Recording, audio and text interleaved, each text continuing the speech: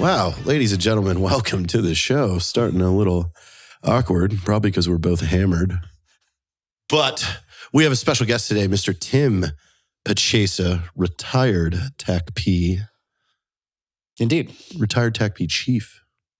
You need to show them that. Oh, sorry. Yeah. Scott Ransom, thank you for this gift. One of my favorite things. Never leave without it. Command chief. There's a star in there. Ooh, he got the extra. You got the E10, did you? That's a dangerous thing to even try to admit to, so no. You and I have known each other for a good 17 years. You bet. You were at Fort Bragg, right? I was. Yeah, where'd you start? I'm a Bragg baby. But what did you come into the Air Force as? I came into the Air Force as combat control trainee, only because no one told me about TACP. Yeah. And so I was there in Indoc and did Indoc for like eight months. And then you just kept doing Indoc? Well, I got sick, then I got hurt. So by the time I was in like the third class, like a week or two from graduation, and I up and quit. One of the instructors there was just a jerk. And so I met some of the TACPs going through. So I quit, and the instructor was like, "Hey, we'll get you hooked up with TACP, right? We don't want to see this go poorly." And so this is after you already went to free fall and everything, right? No. Oh. No, yeah. So you did that at the 14th. Yeah. Oh, I didn't know that. Yeah. Okay. Well, then I'll let you tell the story. Yeah. So did make it through Indoc, and it's not like I quit in the pool that day. One of the instructors, his name's Adam, was just a jerk. And I was like, if putting up with this means I get to deal with people like you, I want no part of it. Yeah. And so the instructors were really cool that, hey, we'll talk to the TACP recruiter. So went down to tech school in the summer, 95 to Fort Walton Beach, tried out for the airborne program, right? Made it, me and one other guy. So graduated tech school on a Thursday, was there at airborne school Friday, finished airborne school, drove up to Fort Bragg, North Carolina in October of 95, and thus started my career. Wow. And what was the 14th? By the way, 14th was my first unit. Like that's what I attribute. Everything that I got to do as a TACP was because of the 14th ASOS, because of the guys that were there, the guys that raised me. They were an amazing crew. And if you look at that roster now, they're all chiefs and have silver stars. Yeah. Fair. Very fair. So yeah, was it the 14th then, or was it still 507 TAC Air Crew? No, so it had been the 14th for about a year or so, a year or two tops. So just coming into there, looking back on it, like I loved every second of it, and like some of the most amazing relationships were born of those times. Some of the people that had the greatest impact in my career were there at the time, and they showed me what to do. And there was also an even mix of people I just absolutely could not stand, like the worst leaders I've ever met. And so even when I became a command chief, you get asked all kinds of questions. And I said, whatever that little star had in the middle of my stripes, I would go back to my first bosses at Fort Bragg and be like, hey, I get that I'm just a dog shit airman and I don't know anything right now, but one day I'm going to know something. One day I'm going to be a chief in our career field. One day I'll be one of the senior chiefs in the United States Air Force.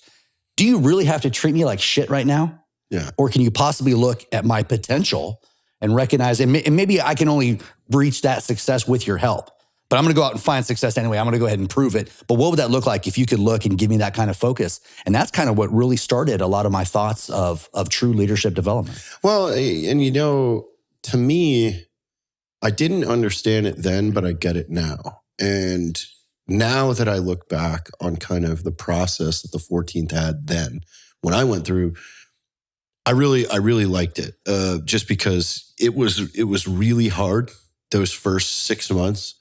But once I got my combat mission ready status, and they did the ceremony which I doubt they still have, because God forbid the people that are recruited to kill mass amounts of people, we can't have them roughhousing.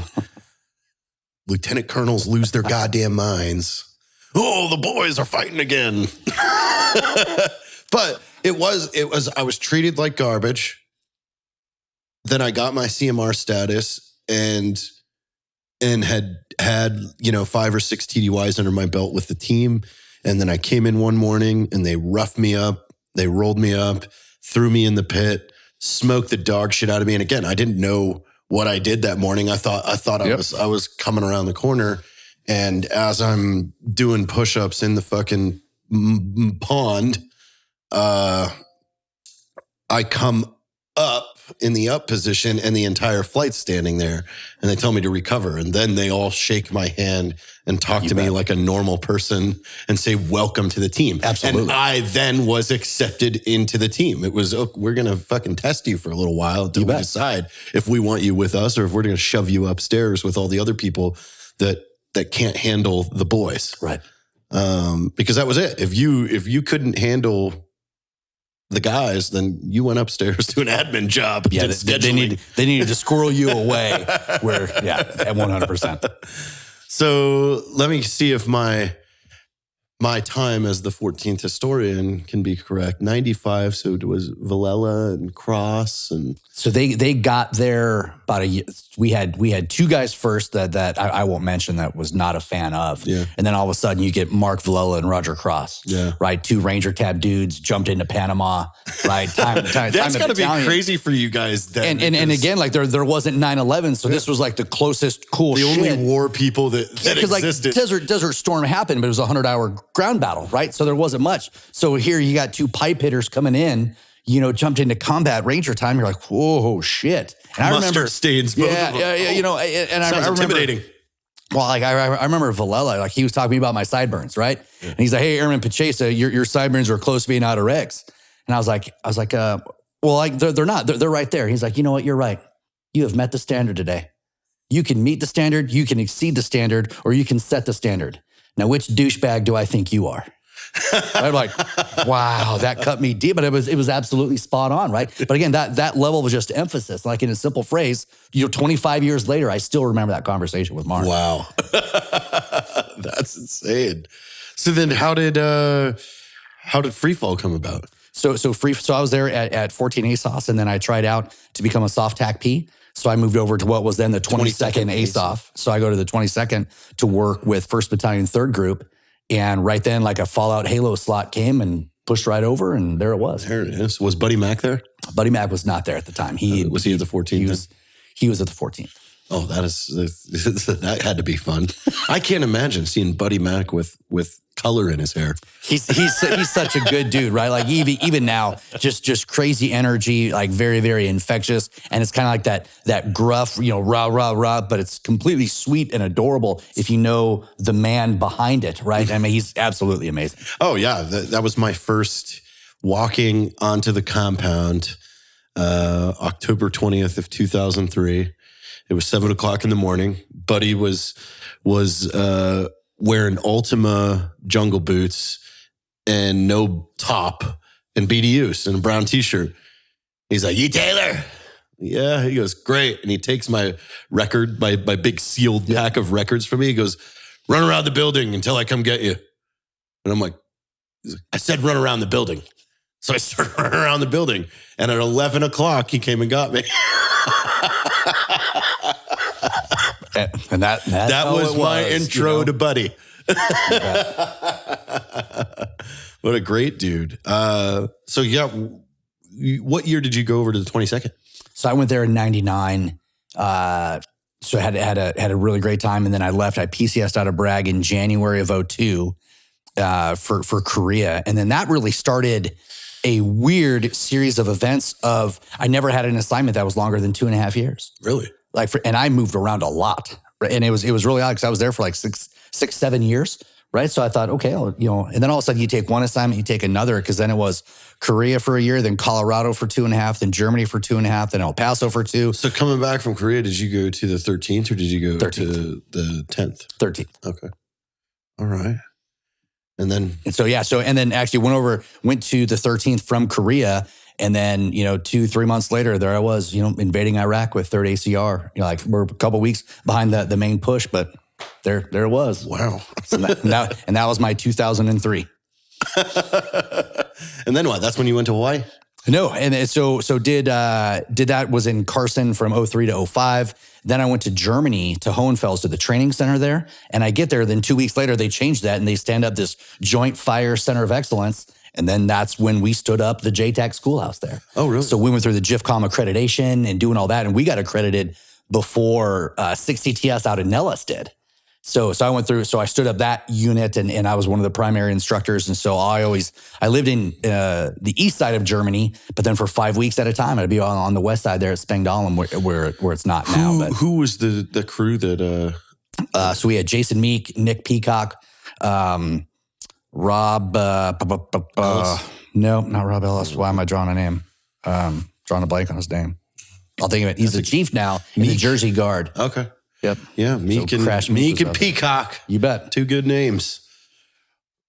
And so when did you get promoted to E7? Like, because that's when the career starts to take a change. Yeah. So coming out of Germany, I had made E7, and again, because I was at the schoolhouse, so I'm teaching doctrine, right? So all of a sudden, I test for the first time and make E7. So E7 select. Which, by the way, like, the Air Force doesn't do a very good job like the Navy does. Like, the Navy holds their senior NCOs to a very, very prestigious. It is impressive how they do it. And I don't get it. Like, the Air Force just is like, fuck it, whatever. Yeah, I think we're honestly getting there. But again, like the Navy has 200 plus years of experience doing this. Yeah. Right. So they've got that culture from going back and all kinds of It's not hard for us to adopt. So no, true. Something that's again, already been written. Yeah. But it's just, they do a phenomenally better job. Agreed. At just making it like if an E7's walking around in the Navy, you did something wrong. Right. People are like, oh shit. Well, but it was really weird because once I pin on Master Sergeant, once I had that rooftop, that was the most distinct change I ever saw in how people treated me. Really? So it's like the ceremony to that, but I would go into different places and the way I was treated in customer service and anything was much, much different than anything else I'd ever witnessed. So again, it is a fair comment, but in all fairness to the Air Force, or at least, for me, there was a distinct change in people treating me different when I became a Master Sergeant. And where were you at then? In Germany? I pinned on, so I made it in Germany, and then I went over. I was the first TACP assigned to 7 ASOS, our beloved hustlers. Yeah. And so I became a Master Sergeant out there. That's right. You stood the unit up. I did. Because it was moving from Germany, right? Yep. The Army unit, the First Armored Division was. And so anyone PCSing for any amount of time was going to go through El Paso just because we needed all those people. Yeah. So I was a hustler at one point. Possibly one of the most historic hustlers over a little incident with a cow. As I'm sure many people have heard, right? The cow incident is not unheard of. I remember running into the group commander right after it happened in Vegas, because I was there for SHOT Show on leave doing my side shit, and then boom, I smack into Colonel Bell. And he just goes, "What the fuck?" And I'm like, "Sir, seriously, it's a cow."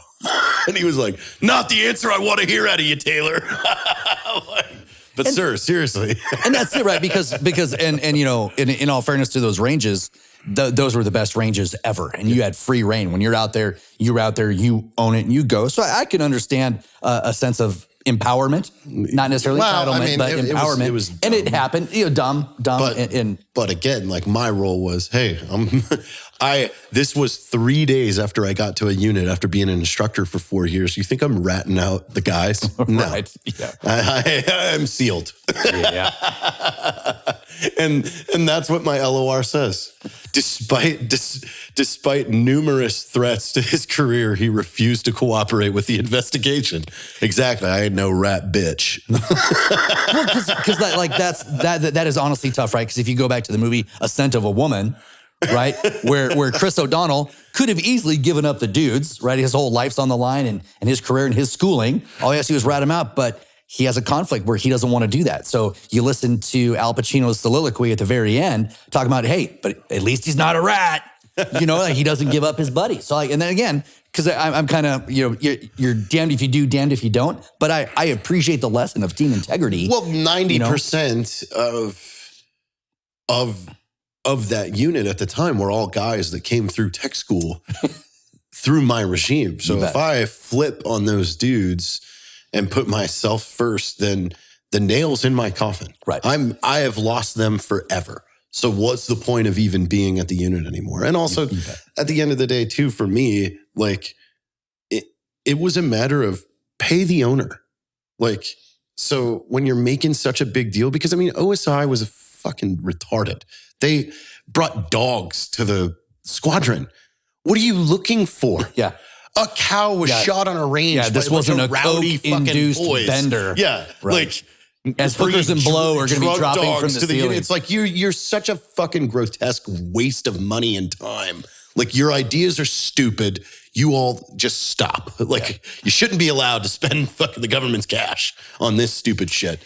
But that's the whole thing. And that's what my point was. The second we got balled up was, all of us can come together with double what the cow's worth, tell us who to pay, get us the fuck out of here. You're wasting everyone's time. Yeah. Because at the end of the day, they locked up 7 people in and you know, maybe 10 different trips up to OSI, all for the trigger puller against the cow to get $1,000 fine and community service. So you did all this for one guy that got community service. Yep. Like, look at how ridiculous this is. Well, and then you know, added to that, the problem that I've seen, and perhaps this got easier for me as my career progressed, was the bad part. One of our buddies, Jason, right, who got in trouble, and because he got in trouble, he was earmarked during this specific period of time, which was also his re-enlistment window. So now he's not allowed to re-enlist. So, like, was your intent to make sure that you torpedoed this guy's career? Probably not. It's an unfortunate consequence of these actions and a side effect of what they were trying to do. But at the same time, there should have been some foresight to understand the repercussions. Well, that was a super bad move by the commander. Agreed. Because the biggest thing in this whole fucking ordeal that was completely overlooked was Jason was a program manager that just scored an excellent on a SAF. That doesn't happen. Right. So you want to target a guy that's running one of your programs that just got you an excellent, like, you're an idiot. And there's ever, as a commander, if there's ever someone that it's like, hey, maybe we sweep that, because at the end of the day, Jason wasn't the fucking trigger puller. Right. So for him to be targeted, and he got spanked the hardest. Yes, as it that's turns what I out, mean. right? How do you not have the foresight to understand the ramifications of this process? I mean, that was blatant unfair treatment. Yeah, like, you know, and it's really weird. And again, the wing commanders that I worked for as a command chief absolutely always had those thought processes in mind. Like, hey, what happens for this? When are they going to re-enlist? Have they been in for 3 years, right? If I kick them out, do they get GI Bill benefits, right? So there's a whole lot of conversation that, from my ignorant perspective, because I wasn't there, I don't want to say that there are some certain things that should have been looked at that, from my ignorant perspective, weren't, and it cost a really good dude a great career. And we lost a good operator. Yeah, well, this comes down to one of the biggest things lacking out of leadership in the military that I've seen going over to the business world is no one takes into account cost. What did we cost ourselves by throwing away a green JTAC that's a program manager that can fucking score an X? Yeah. What does that cost us to remake? Yeah. $10 million? Huge. If I mean, the fuel for fucking jets, the schools, the training, the certifications, and then the dependability on somebody that you know that can, you just threw away, like, especially at the time, we had 5 people at the 7th that had been a TACP for over 10 years. And you just got rid of one. Like, my biggest complaint of us being there is we had no mid-tier NCOs. There was no experience. You had a flight chief that was a 3-level that just went through tech school and is making decisions for an entire flight and an entire brigade. It's like, and you're going to, like that was straight up a horrible command. Yeah. And that, you know, and again, yeah. So, you know, I'm not there. I don't know the guy. I wasn't privy to the conversations or any of that stuff. From the outside looking in, I can't make sense of that. Right. And again, I don't think if he were to do that again, I would realistically hope that he could sit back and realize that, hey, here's what General Goldfein taught me, right? And it comes with dropping bombs in Afghanistan is could, should, must. Because we're like, in 2012, we're there. And then all of a sudden for a week, he's like, because there was a bomb that dropped. It was a good kill, but there were women and children, unbeknownst to us there that were affected by this. He's like, no dropping bombs for a week. And he's like, I'm coming to Bagram. I want to meet all the JTACs from RC East, right? And we're going to have a conversation. brought all of us in, and the squadron commander was like, hey, sir, if my guys aren't here to drop bombs, can my guys go home? And General Goldfein, God bless him, he's like, you know what? That's a fair question. It's just the wrong question. The question isn't, are you here to drop bombs? The question is, why are we here? To build and develop an independent government of Afghanistan. And dropping bad bombs onside that infrastructure is contrary to that very point, right? He's like, so guys, he's like, could, should, must. Could you drop the bomb? Should you drop the bomb? Must you drop the bomb? If you guys can track this down to must, I've probably got your back in every single one of those scenarios. But I need you to execute that thought process. And I bring this up because I wish that commander would have thought that. Like, could I do this to him? Should I do this? And must I do this to him? Yeah. In my mind, it doesn't pass the common sense test as far as the application towards Jason. No, I mean, because you just fired one of the best dudes you had in the unit. You bet. He's phenomenal. Over what? And like, people make mistakes, but like, if you can't let an E5 or E6 make mistakes, like, you give them the opportunity to recover. I got kicked out of a country as an E5, right? So go on. Shit. Yeah. So so that sucks, right? And so I got so the problem was that I was a bit of a problem kid, but nothing had really bubbled up to I wasn't a problem kid. I had just some issues, right? So I hadn't raised that level. So this happens. I get kicked out of the country. And what happened, what I did, the Army commander I was working for heard a whole different story of this yelling incident that I had with this guy in Sarajevo, where I was drinking, but we could drink on Camp Bootmere at the time, so it wasn't an alcohol-related incident. But he heard that I had to be restrained, and the cops got involved. I was throwing furniture, which quite literally none of that happened. I did yell at this guy, very unprofessional. And so at the time... Not necessarily. Well, yeah, perhaps. Some people need yelling. Fair. That's absolutely fair. That is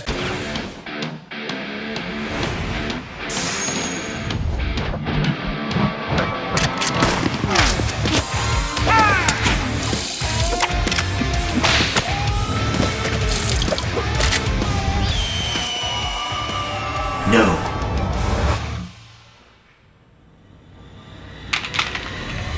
Sports.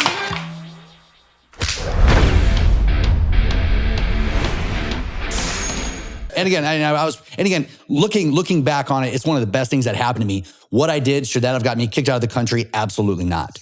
Having said that, I was on a glide path for destruction. So if it didn't happen then, it would have happened to me soon enough. And I'm glad and again, I got kicked out of the unit and fired right before September 11th, like 6 weeks before. Holy shit. So I watched that whole unit go off to war and invade Afghanistan. And I'm sitting back licking my wounds because I'm the loser who couldn't do anything. But again, but that was such a great learning lesson for me that I don't think I would have had the career that I had I not failed or fallen and given myself the opportunity to build myself back up. If somebody would have kicked me out of the Air Force, they would have solidified that as a failure.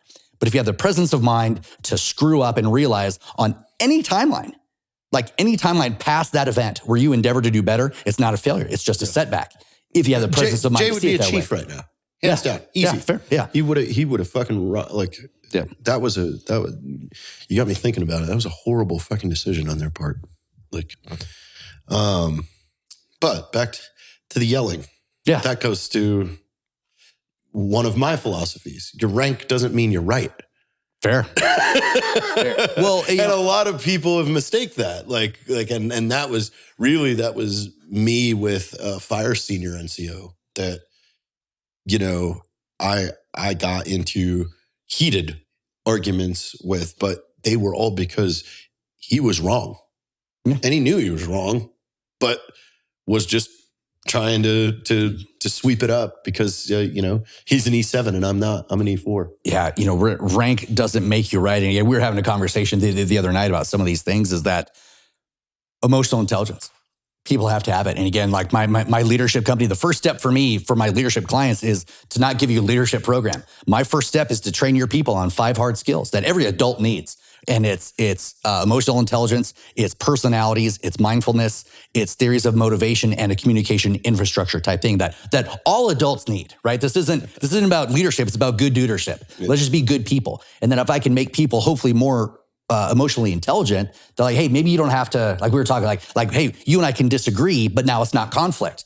Because we're two emotionally intelligent adults where we can disagree, and then all of a sudden we're not exchanging fuck yous at each other, right? But can we do that? And so, I have the real toughest time because can we not ask a question? Because I'm not trying to be subversive, right? I'm not trying to be argumentative. I'm not trying to be confrontational. I have a question. Yeah. What is so bad with me asking a question? And so that's some of the scar tissue I've built up over some the years of military service was people. You ask somebody who outranks you a question.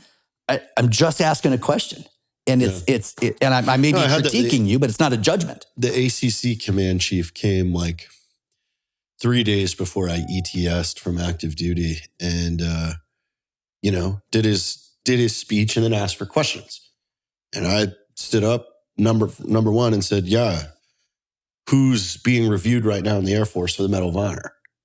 Oh, well, we don't do things for medals. I'm like, that's not what I just asked. I said, why don't we have one? Because all these young guys, need the heroes to look up to. And we're not short of people that have been doing great shit.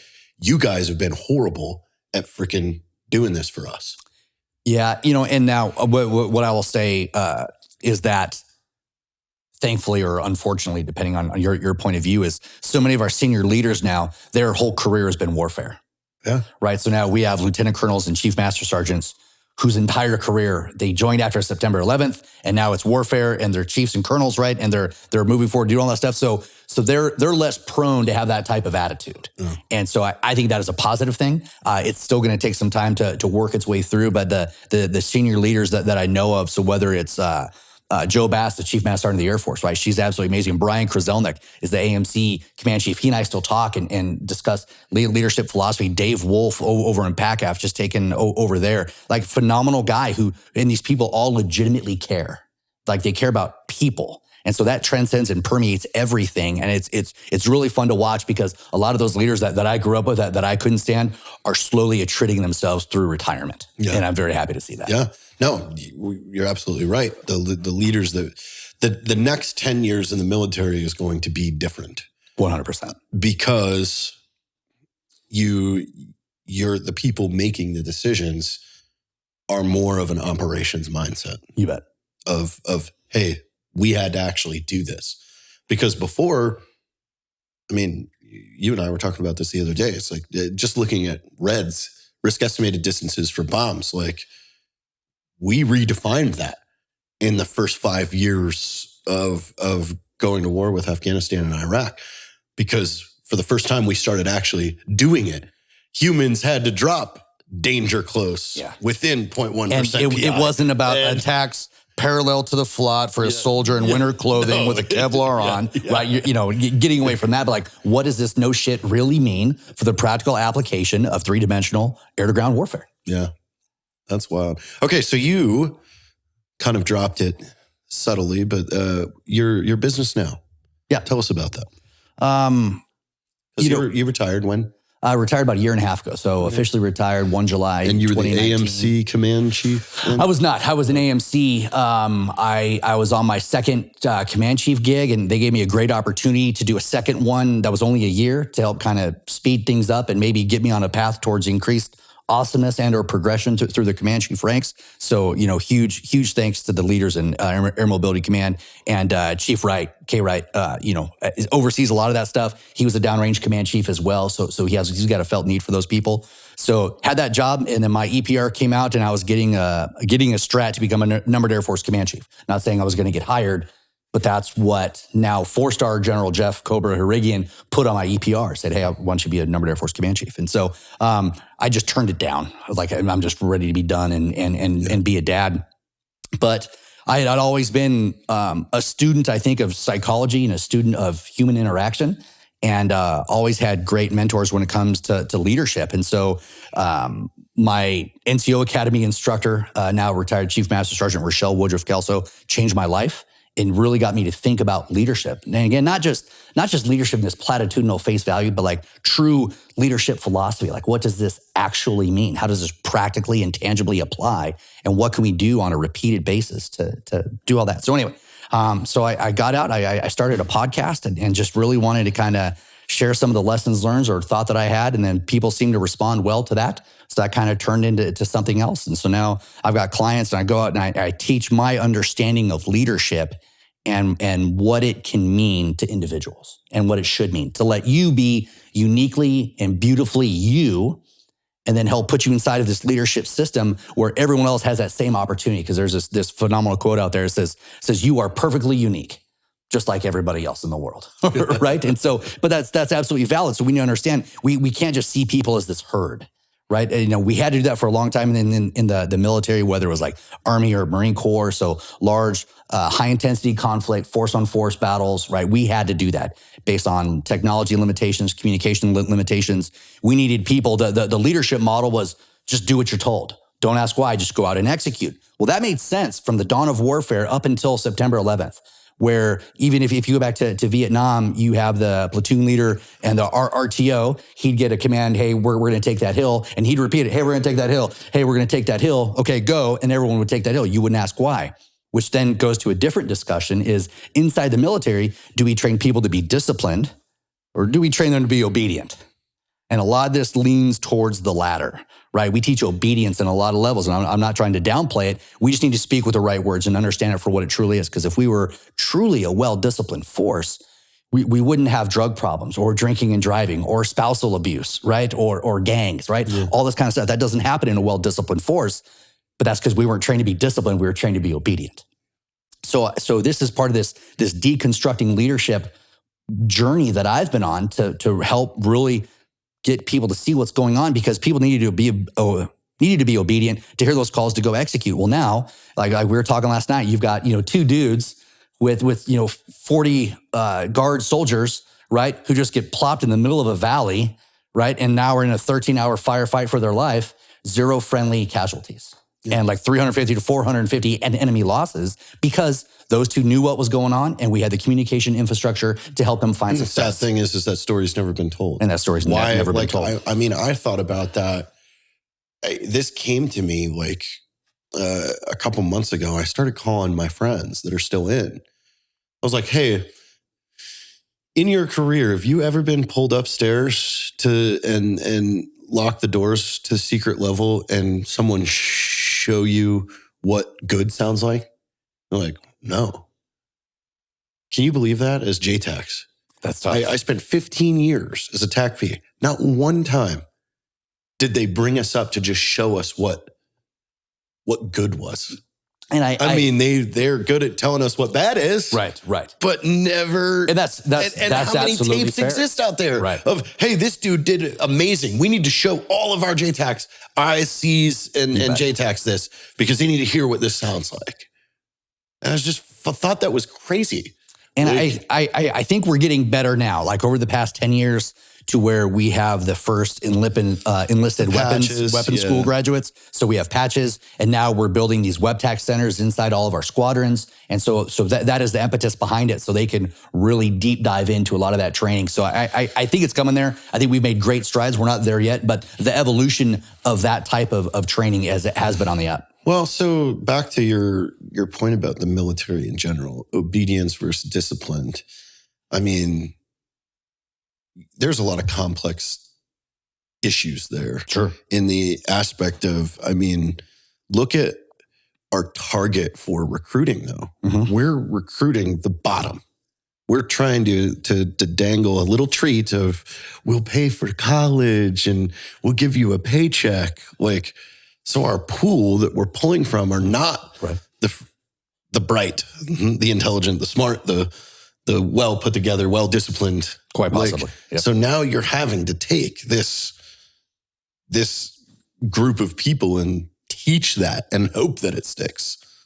Yeah, that is true on a lot of levels. And I know about a decade ago, the Army got in huge trouble for deliberately targeting lower income communities and stuff like that in order to attract those people. So I think the different services have different random smatterings of the quality of people. I think by and large, the people who join the military, like for me, they join for just a handful of reasons, right? So like even now, because like there's some people serving right now who weren't alive when September 11th happened, yeah. right? So that's not one that's common anymore, but they want to serve their country. Some want educational benefits, some want medical benefits, some want to learn a trade, and some just want to support the country, right? So you have all those reasons. So people join for all of those. But again, which is why I go back to that point of if we're going to discuss leadership, let's talk about, I've got a concept. We need to send people to hell. We need to create the best human we can, make that human an expert, and make that expert a leader. Now, and these aren't stovepipe things, right? There's the gradual process as you go through that. But step one, if you're going to train somebody on leadership, it's like adding oil to your car when you need an oil change, right? If you don't get rid of the bad, if you don't fix what the actual problem is, I don't care what kind of fucking oil you put in there. So what we need to do is train the adults on these 5 critical skills first, before we even start talking about leadership. Equip them with an understanding of that emotional intelligence, of different personalities, because you and I have different personalities. And like, there are people that I know in this world that I absolutely cannot stand. I don't have a good thing to say about them, but I don't have one negative thing to say about them either. We just don't click. And it's personalities, right? But can we train people to have the omnipresence to understand that just because I don't get along with you, perhaps, doesn't make you wrong or me right. We just don't get along, right? And then continuing down that road with what motivates different people to different levels. What can we give them for mindfulness skills, right? To help them figure out what happens. How do they react when things go poorly? Or how do they train their brain before things go poorly to react to it? People don't realize that 90% of your workday is conflict resolution, no matter where you are. 100%. I hate hyperbole, right? It's different types of conflicts. And it is always, right? I hate hyperbole. It's always communication. Yeah. Like always. And it's weird. It's like people get butthurt over the simplest things. And it's nearly always a communication thing, a breakdown in communication, a lack of communication, a misinterpretation of what that communication was. You know, somebody gets butthurt because you send out a nasty email, but it wasn't a nasty email. You're like, hey, Chachi, go do this. Yeah. Right? I'm like, well, you didn't even say please. Like, yeah. Well, that's what your paycheck's I didn't for. have time. You know what I mean? And again, benefit of the doubt. Right? Did I really think that you were barking at me? Right? And then that's it. Like, benefit of the doubt. And we were having this conversation the other night. Benefit of the doubt looks like, okay, I'm mad because you sent me an angry email. Am I emotionally intelligent enough to say, okay, was JT really trying to piss me off with this email? If that answer is no, every other option becomes viable and plausible. Right? But only if I'm emotionally intelligent to say, okay, he probably didn't mean to be curt with me or, to hurt my feelings or any of that stuff. He probably was short and he sent it from his phone, probably doing anything. Hey, Tim, go Charlie Mike and make it happen. Right? Yeah. Okay. I got to go Charlie Mike. It's fine. Right? But there's people who don't have that skill, who don't realize the difference in personalities, the different breakdowns of communication. And again, we need to give benefit of the doubt. Well, emotional intelligence, take the tone away. Was there a personal attack anywhere in this sentence? No. It's just instructions. So leave tonality out of it. Right. And just do the job. Like, and then that's it, right? It also comes down to, there's a difference between a critique and a judgment. Like, you could be like, hey, Chachi, you did this wrong, is a critique. Hey, Chachi, you did this wrong because you're a fucking idiot. Okay, that is a judgment, right? Yeah. But most of the time, it doesn't go to the level of judgment. Let's just take a critique. Yeah. So you were touching the other night on your theory on expectations. Dive into that. Yeah. So the thing that we talk about when we think in terms of communicating, we think in terms of communicating information. I think we need to get away from that. Right? We need to think in terms of communicating an expectation, because when I spoke at Air Command and Staff College earlier in 2020. And, I asked a question. It's like, who here has heard the phrase expectation management? All the hands go up. Like leader-wise, who here knows how important it is to set solid expectations? All the hands go up. I'm like, cool. Who here can define what an expectation is? Crickets. Like, who here has ever gotten any training whatsoever on how to manage an expectation? We all know it, right? But why have we never been trained? And again, no hands go up. So as I started breaking this down, this happened about, nearly a decade ago for me.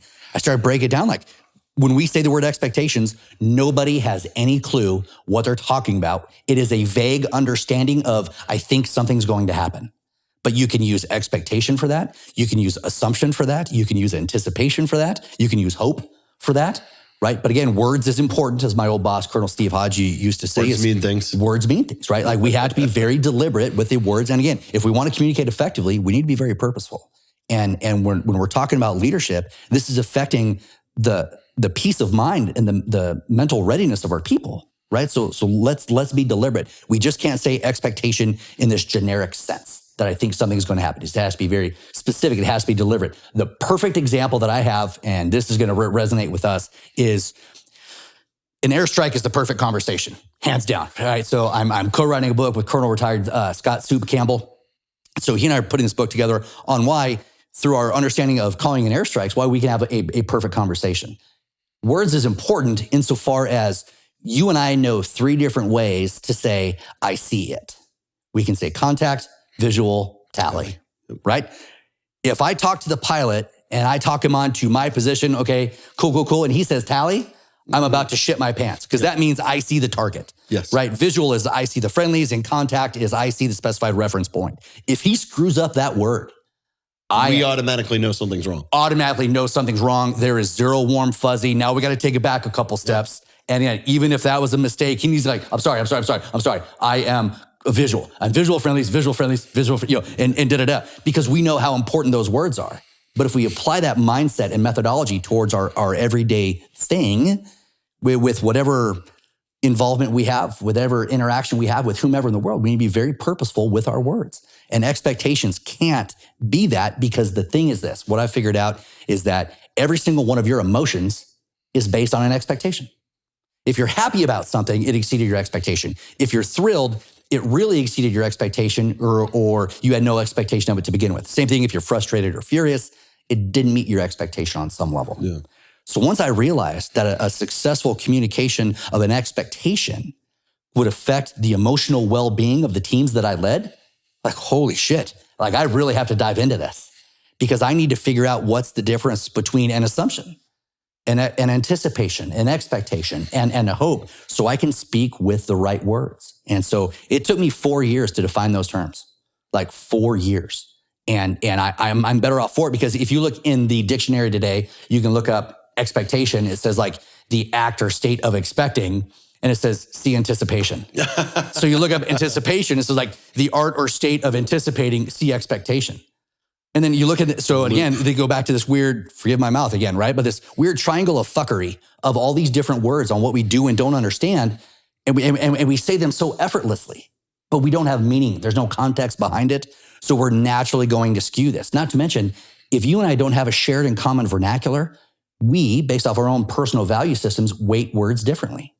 If I give you five words and say, hey, JT, rate these 5 words from least impactful to most impactful. And it's good, awesome, spectacular, gnarly, and bodacious, right? Yeah. You and I are going to have different lists. Yeah. Because we value these words differently. So even in general day-to-day conversation, you and I are going to have distortion in our communication because we value words differently. Yeah. Or if I say, I can say, if I'm going to come over to your house on Monday, right, where I flew in here, I could say, I'm going to be there by 6 o'clock, at 6 o'clock, around 6 o'clock, or after 6 o'clock, right? All different things. They're all different things. And if I say after 6 o'clock, okay, you can be like, okay, it's after 6. I don't know when he's getting here. That's very ineffective. Yes. And every day we put a lot of this ish into our conversations, and we just got to stop with the ish, because it just leads to frustration. Be very direct. You bet. And then like you and I were talking about how drastic and impactful perspective is. Oh, man. And the more I studied expectation, the more I realized that we need to have a conversation about perspective. Yeah. And we say perspective all the time, but again, nobody can really define it. So the study and the research that I've gone to is that we can break down perspective into 6 different things. Like family, and family is how you were raised, where you were raised, who raised you, socioeconomic status, religious background, everything else, right? Whatever that is. So that's family, education, training, experiences, successes, failures. And as we were discussing, like rarely are there true problems inside a unit. You just have different perspectives that you're not talking about. Yeah. And so what is our capacity or assumed that I don't need to give you? Right. That's a big thing in the military. Yes. And this goes back to where you said, yes, you teach obedience, so you're just going to do what I say because I said it. And that's right. it. Nope. Rather than, and you can't do that now. And not with if you are that leader in the military who just thinks that by virtue of your rank structure, you tell somebody to do, and they're as happy as a pig in shit to go out and do what you said, like you just made their day because you gave them guidance, you are a leader that I hate.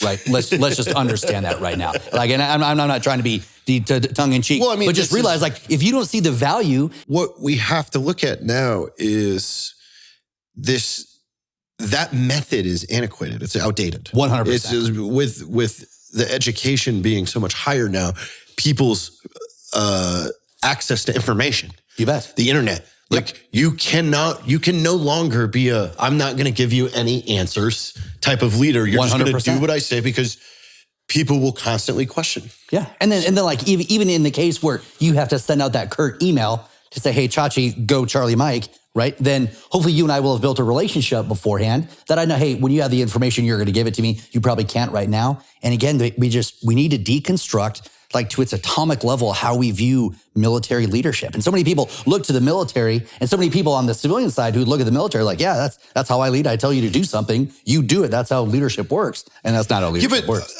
I think people greatly lose how much value just adding a few bits of information to something. And I'll give you a perfect example is I'm a flight chief.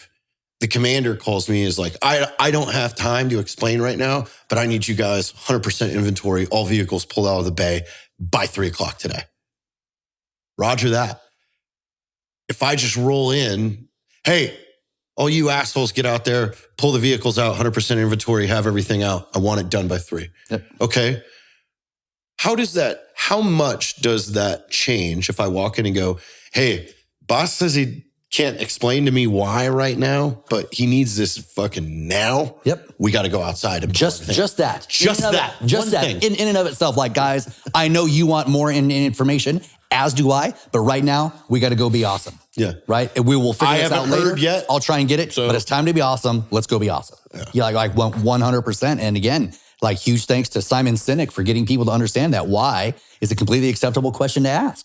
And especially in not even military society, but contemporary American society where information is so accessible. Well, if I can't pass the information. Messaging. Messaging from when you are in a leadership position. Yep. Your messaging needs to be thought about. Absolutely.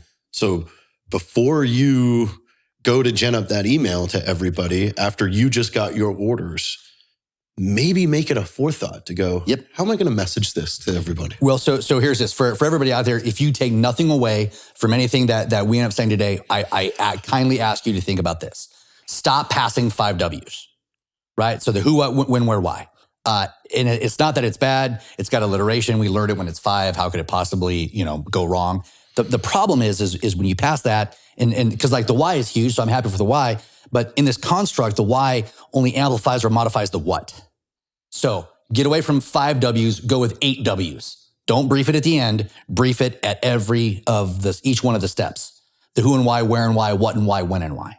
So you can add, again, don't think about passing information, pass expectations, because an expectation is information plus context. Yeah. Right? So start doing that. And again, I'm not saying it's perfect, but it's better than 5 W's. And again, if you get used to passing the why on each level, it alters that greatly, like super greatly. And again, with just that small little twist to your very point. No, there's just so many. Well, see, I felt like going through ALS, I mean, it lacked like real, and I'm sure they've updated it since. I mean, one went through in like 2007. But coming out of that, I was like, you guys didn't teach anything but how to do a couple different pieces of paperwork. Yeah, I actually struggle with that. Like Airmen Leadership School, I had those same things.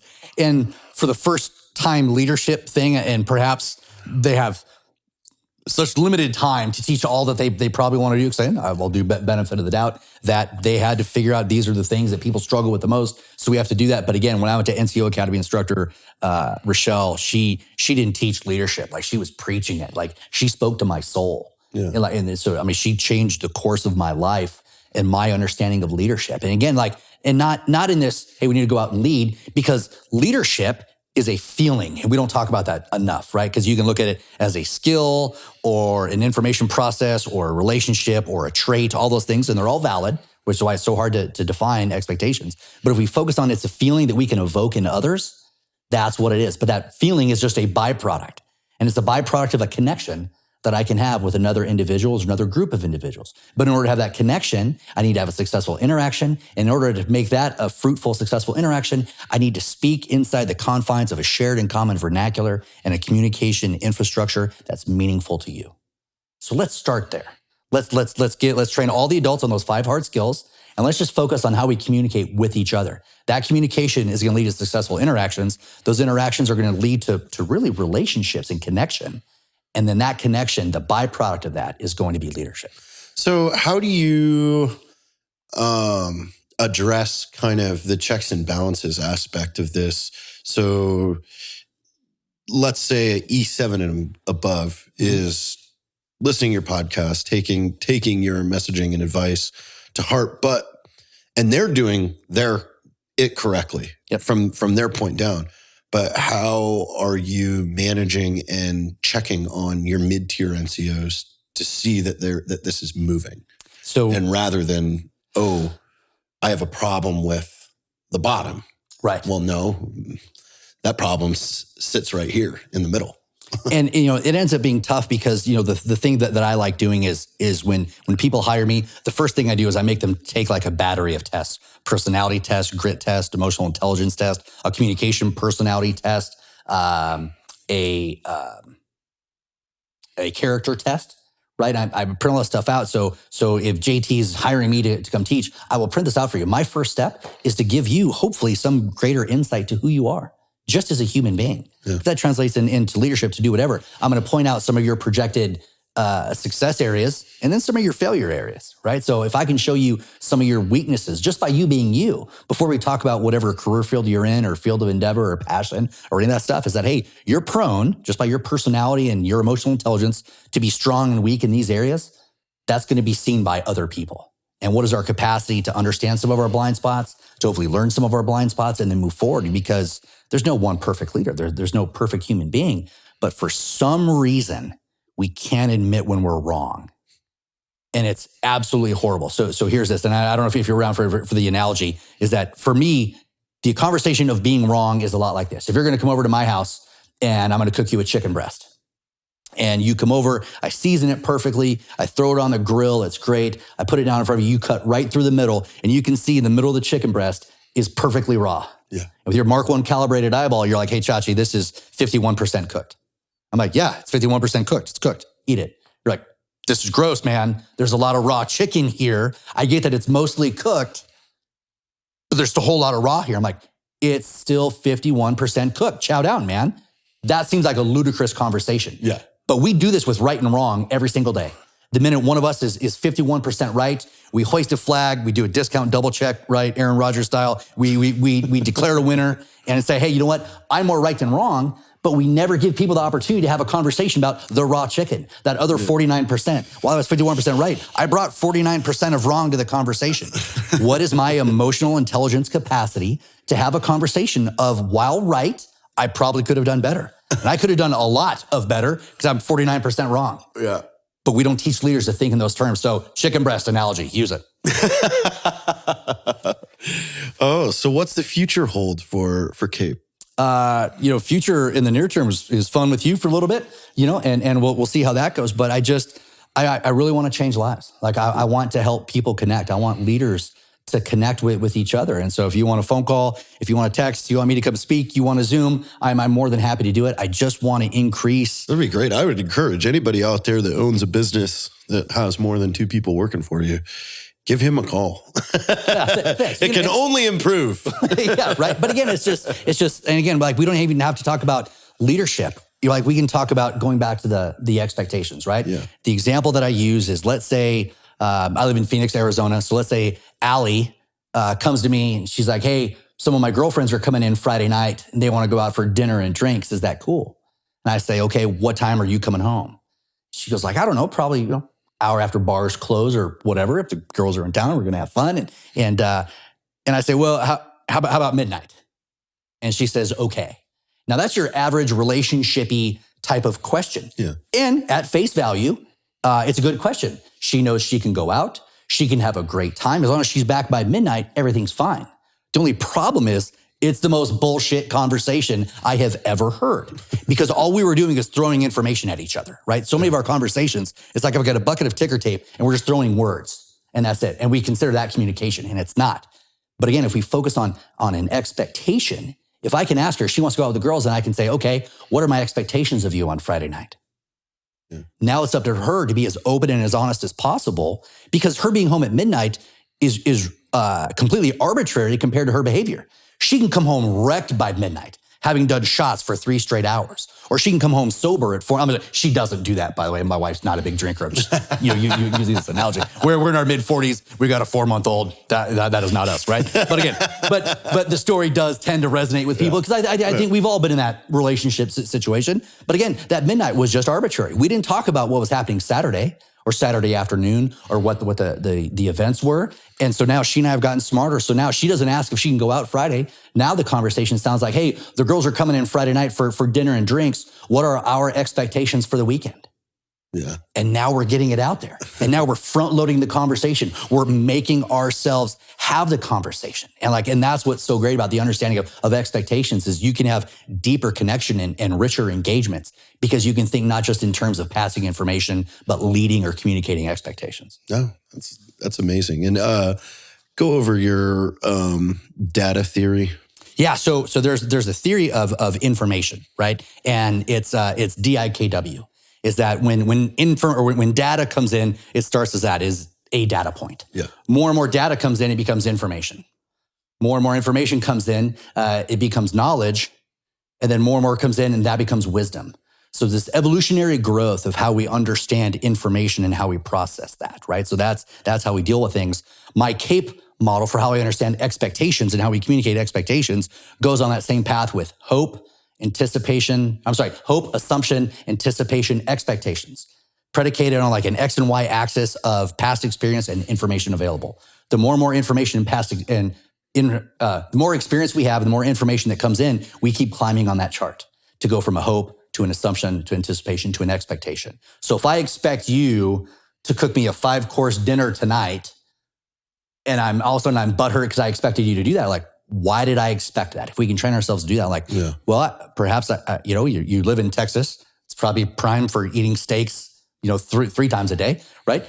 But I haven't eaten dinner that much at your house. So I don't have that much information or that much past experience. So I shouldn't have expected it. Yeah. I should at best anticipate it or really just assume that maybe that could possibly happen. And we can train our minds to do that. We can release some of the butthurt and we can let a lot of that go and help frame our peace of mind. Yeah, no, all this is great. And I encourage anybody to follow up. Where can people find you? So simple. You can go to capelead.com and just see what's going on. CAPE? CAPE stands for Caring, Alignment, Perspective, and Expectations. It's the best way to have a simple way to have a great conversation that covers as many bases as you would want in as simple an infrastructure as possible. So yeah, capelead.com. You can text me, 602-621-0821 or email me Chachi, CHACHI at capelead.com. Awesome. I'm at Chachi Pachasa. Podcast is called Cape Lead. So do that. Instagram, I'm at Chachi Pachasa. Twitter at Tim Pacha. So I'm around. Awesome. Well, thanks for this. Thanks for having me. It's always great talking to you. Great seeing you. Appreciate the opportunity.